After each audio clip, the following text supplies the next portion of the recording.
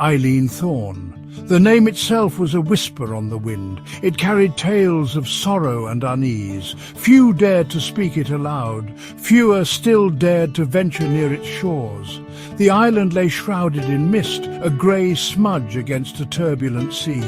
Its silence was profound, broken only by the mournful cries of gulls and the relentless crash of waves against its jagged cliffs. For centuries, Eileen Thorne had been a place of dark repute, a name associated with loss and an inexplicable, chilling presence that clung to its very soil like a shroud. The air itself seemed heavier there, imbued with a sadness that time could not erase. The heart of its mystery was the Lantern Keeper, a figure of local legend, a spectral guardian. He was said to roam the desolate paths of the island. His lantern, a single flickering point of light in the oppressive darkness, bobbed through the skeletal trees. It was a beacon, some said, a warning, others insisted. But a warning of what, or a beacon to whom no one truly knew? The tales were old, passed down through generations, each retelling adding another layer of dread, another shiver of the unknown. The light was a promise of something, yet also a threat, a lure into the island's forgotten heart. The island was not always a place of fear. Long ago it had been home to a small, hardy community. They were fishermen and crofters, people who understood the moods of the sea and the land. They lived simple lives governed by the seasons and the tides. But something changed, Eileen Thorne. Something terrible happened there. An event so profound it scarred the island, leaving an indelible mark on its soul. The memory of this event lingered, a palpable sorrow that the wind seemed to carry across the water to the mainland, keeping the curious at bay. Now, Eileen Thorne stood as a monument to that forgotten tragedy. Its cottages were crumbling ruins, its fields were overgrown with gorse and heather. The paths once trod by villagers were now faint indentations in the wild landscape. The only constant, according to the stories, was the Lantern Keeper. He remained a solitary sentinel, his purpose unknown, his vigil eternal. He was the island's secret, its sorrow and its most enduring, terrifying mystery. The old folk in the coastal villages nearby would cross themselves if the island was mentioned, their eyes darting towards the misty horizon, as if expecting to see that lone light. Before the shadows lengthened and the whispers began, Eileen Thorne was a place of life, not death. Imagine a small, bustling harbour. Fishing boats with colourful sails bobbed on the gentle waves.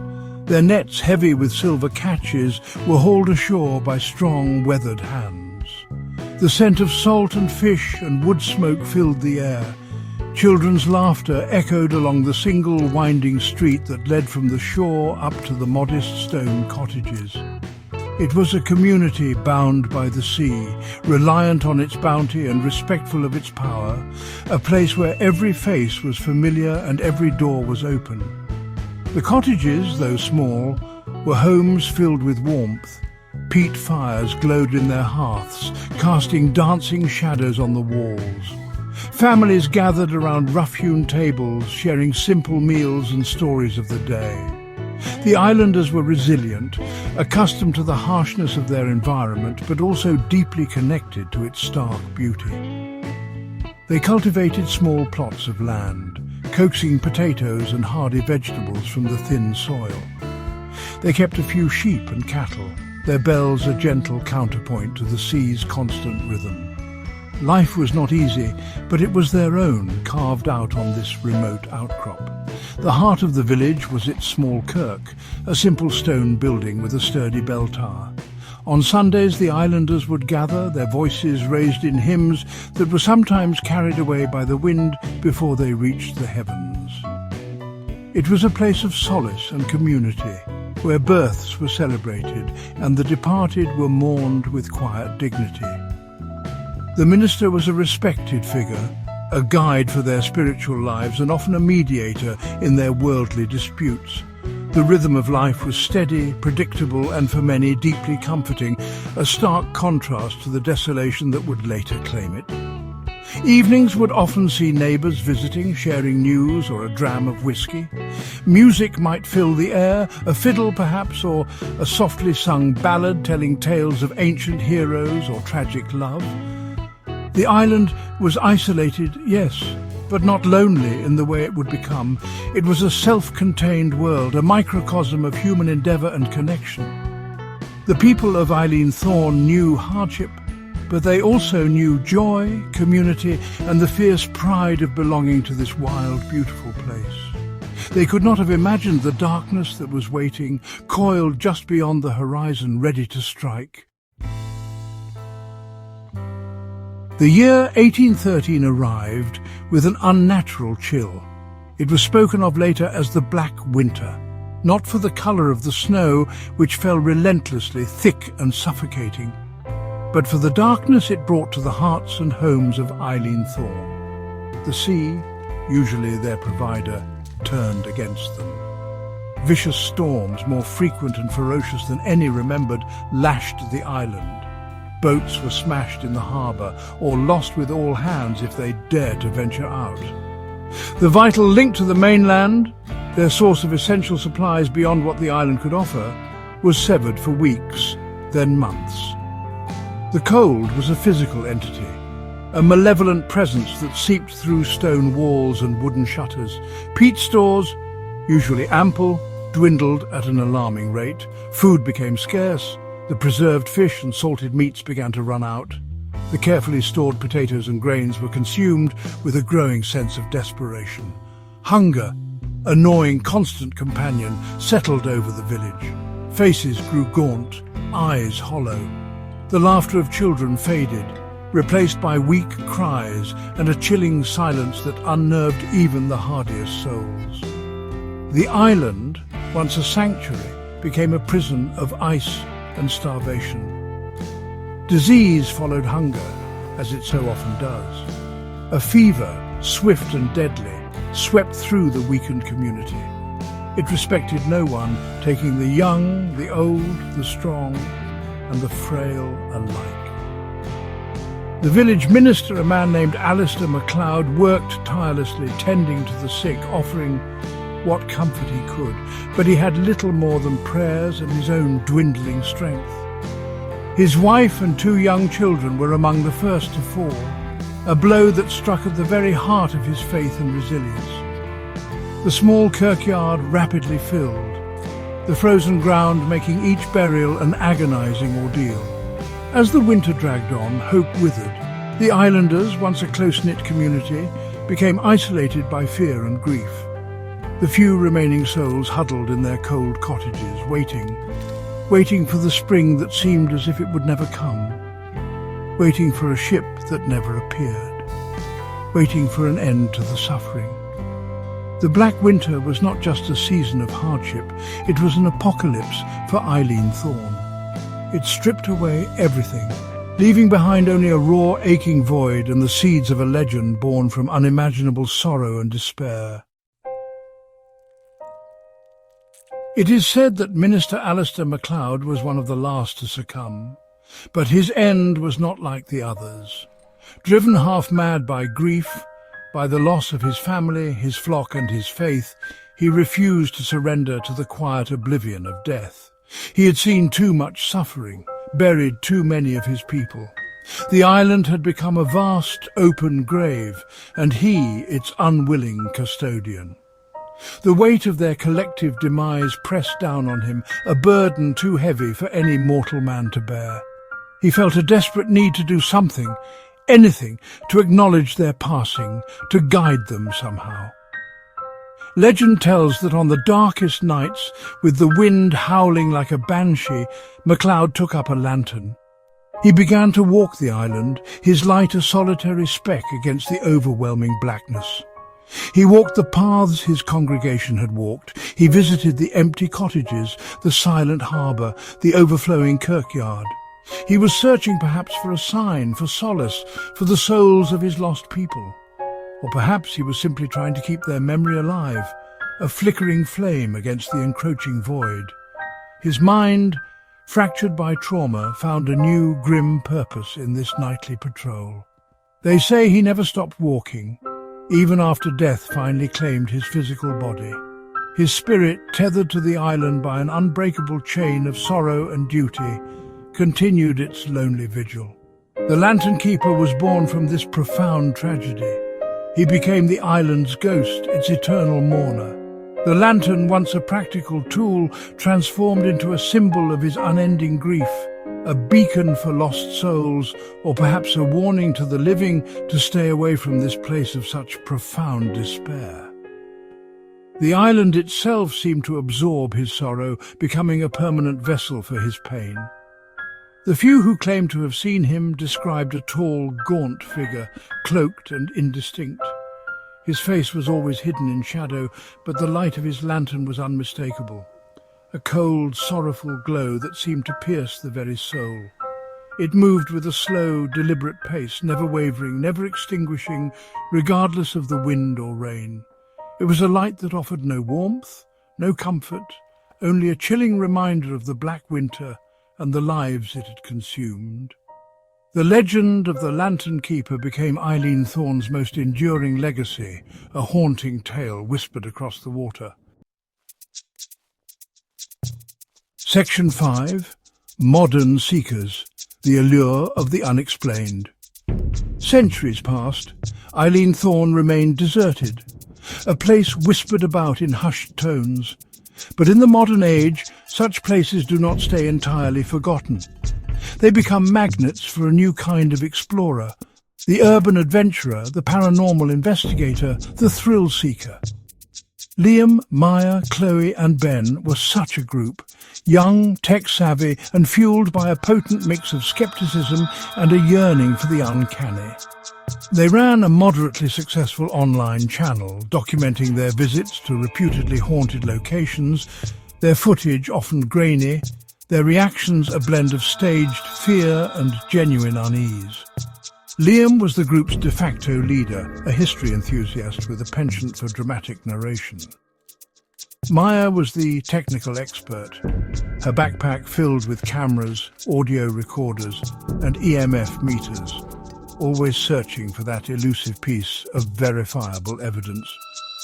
Chloe, an artist, was drawn to the aesthetics of decay and the stories embedded in forgotten places, her sketchbook always at hand.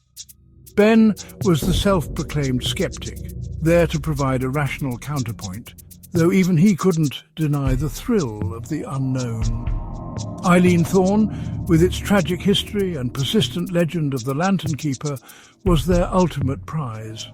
They spent weeks researching Eileen Thorne. They pored over old maps, shipping records and faded newspaper clippings. They interviewed descendants of those who had lived on the mainland, collecting fragments of folklore and half-remembered tales about the Black Winter and the spectral light. The more they learned, the more the island's grim allure intensified. The story of the Lantern Keeper in particular captivated them.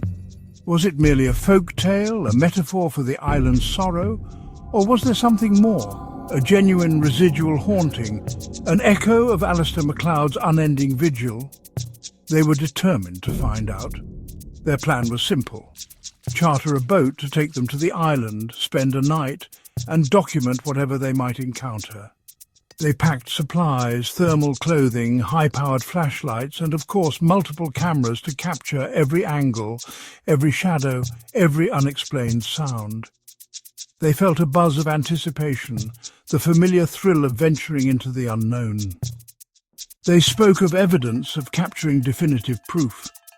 Yet beneath the bravado, a sliver of unease had begun to creep in. The stories of Eileen Thorne were darker, more profound than those of the abandoned asylums or deserted factories they usually explored. Section 6. Arrival at Desolation, First Steps onto Cursed Ground.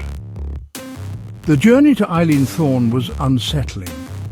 The sea was choppy, the sky a bruised purple grey. The boatman, a grizzled local named Angus, was taciturn, his face etched with a deep reluctance. He spoke little, and when he did, his words were clipped, his gaze often drifting towards the misty outline of the island with a mixture of fear and respect. He refused to stay anchored offshore overnight, agreeing only to drop them and return at dawn the next day, if the weather holds. "And if you still be wanting to leave," he'd muttered, a phrase that hung in the air between them. As they drew closer, the island seemed to loom larger, more menacing than it had from a distance. The cliffs were sheer black rock, streaked with guano, rising like broken teeth from the churning water. There was no welcoming shore, only a small, treacherous shingle beach, where Angus skillfully manoeuvred the small boat. Stepping onto Eileen Thorne felt like stepping into another world, a world where time had stopped or perhaps run backward. The silence was the first thing that struck them, not a peaceful silence, but a heavy, oppressive quiet that seemed to swallow sound. Even their own voices sounded muted, absorbed by the damp air. The ruins of the village were a stark testament to the tragedy. Stone walls, green with moss and lichen, stood like skeletal remains against the grey sky. Roofs had long since collapsed, their timbers rotten and scattered, doorways gaped like empty eye sockets, windows like vacant stairs. The explorers moved slowly, carefully, through the remnants of the main street. Maya's equipment whirred softly, but the initial readings were unremarkable. Liam provided narration for his camera, his voice a little too loud in the profound stillness, trying to inject a sense of adventure that the island seemed determined to resist. Chloe sketched rapidly, trying to capture the profound melancholy of the place, the way nature was slowly, inexorably reclaiming what man had built. Ben, ever the pragmatist, pointed out the structural instability of the ruins, warning them to be careful. Yet even he seemed subdued, his usual sarcastic remarks few and far between. There was an atmosphere here, a palpable sense of sorrow that transcended mere decay. It clung to the stones, whispered in the rustling grass, and seemed to emanate from the very earth beneath their feet. The weight of the black winter felt real, tangible. Guys, look! Are you getting this, Maya? Section 7. The phantom glow alight in the endless night. As dusk began to bleed into the sky, painting it in shades of bruised purple and inky black, the explorers set up a base camp of sorts in the sheltered lee of what might have been the old Kirk Wall. They had a small tent, but none of them felt inclined to sleep. The temperature dropped sharply with the fading light, and a damp chill crept into their bones. They huddled together, sharing rations and nervous jokes that fell flat in the deepening gloom. The wind picked up, whining through the ruins, carrying with it faint, sighing sounds that could have been the breeze, or something else entirely. It was Maya who saw it first. She had been scanning the tree line at the edge of the ruined village, her night vision camera active. There, deep among the gnarled ancient trees that crowded the higher slopes of the island, was a light, a single faint flickering light. It was unmistakable. It was exactly as the legends described, a soft, sorrowful glow like an old lantern being carried steadily through the darkness. It was too steady to be a reflection, too deliberate to be an animal's eye shine. A wave of conflicting emotions washed over them. Excitement, fear, disbelief, this was it. This was what they had come for. Liam fumbled with his main camera, his hands surprisingly unsteady. She nodded, her eyes glued to her viewfinder.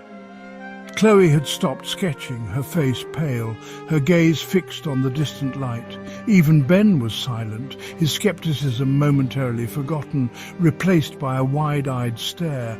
The light seemed to beckon, to pulse gently, drawing their attention inwards, away from the relative safety of the ruins.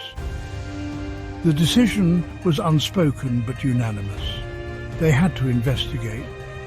Leaving some of their heavier gear, they packed essentials, flashlights, first aid kit, communication devices, though phone signals were non-existent, and of course all their recording equipment. The lantern light remained, a distant pinprick in the vast darkness of the forest. It seemed to be moving slowly, deeper into the woods as if leading the way. With Liam in front, his own powerful flashlight cutting a swathe through the gloom, they left the crumbling village behind and stepped into the shadows of Eileen Thorne's ancient woods, towards the inexplicable light. Section 8. Deeper into the abyss, the forest's embrace. The forest of Eileen Thorne was unlike any woodland they had experienced before. The trees were old, their branches twisted into grotesque shapes, like arthritic fingers clawing at the night sky. A thick canopy, even in winter, blotted out most of the faint starlight, plunging them into an almost Stygian darkness, relieved only by the beams of their flashlights and the distant, elusive glow of the lantern. The ground beneath their feet was uneven, covered in a thick carpet of damp, decaying leaves that muffled their footsteps, adding to the eerie silence. The air was cold and heavy, carrying the scent of wet earth and something else, something faintly metallic and unsettling. The lantern light ahead was a capricious guide. Sometimes it would seem closer, its glow more distinct, encouraging them onward. At other times, it would dim or disappear completely behind a dense thicket or a dip in the terrain, causing their hearts to pound with a mixture of frustration and fear, only to reappear moments later, a little further away, a little deeper into the forest. They pushed on, driven by the need to understand, to document, to confront the source of the light. Liam tried to maintain a running commentary for his camera, but his voice grew strained, his words shorter, less confident. Maya's equipment began to behave erratically. The EMF meter spiked wildly whenever the lantern light seemed nearer, then settled back to normal. Her audio recorders picked up faint whispers, indiscernible words hidden beneath the sighing of the wind and the rustle of their own movements. Chloe, usually observant of her surroundings, now stumbled frequently, her gaze fixed on the distant light as if mesmerized. Ben, who had started the trek with a determined, almost challenging expression, now looked increasingly unnerved, his flashlight beam darting nervously from side to side, searching the encroaching shadows. The forest seemed to be closing in on them. The trees grew denser, the path less clear, branches snagged at their clothes and unseen roots threatened to trip them. A profound sense of disorientation began to set in. Were they going in circles? How far had they come? The island, though not vast, felt labyrinthine in the darkness. The only constant was the lantern, always just out of reach, drawing them deeper into the island's haunted heart. The initial excitement had long since evaporated, replaced by a gnawing dread, a growing certainty that they were not merely observing a phenomenon, but being led into a trap.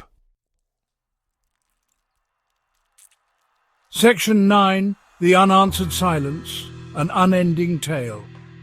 The last piece of footage recovered from Liam's dropped camera showed a frantic, blurred scene.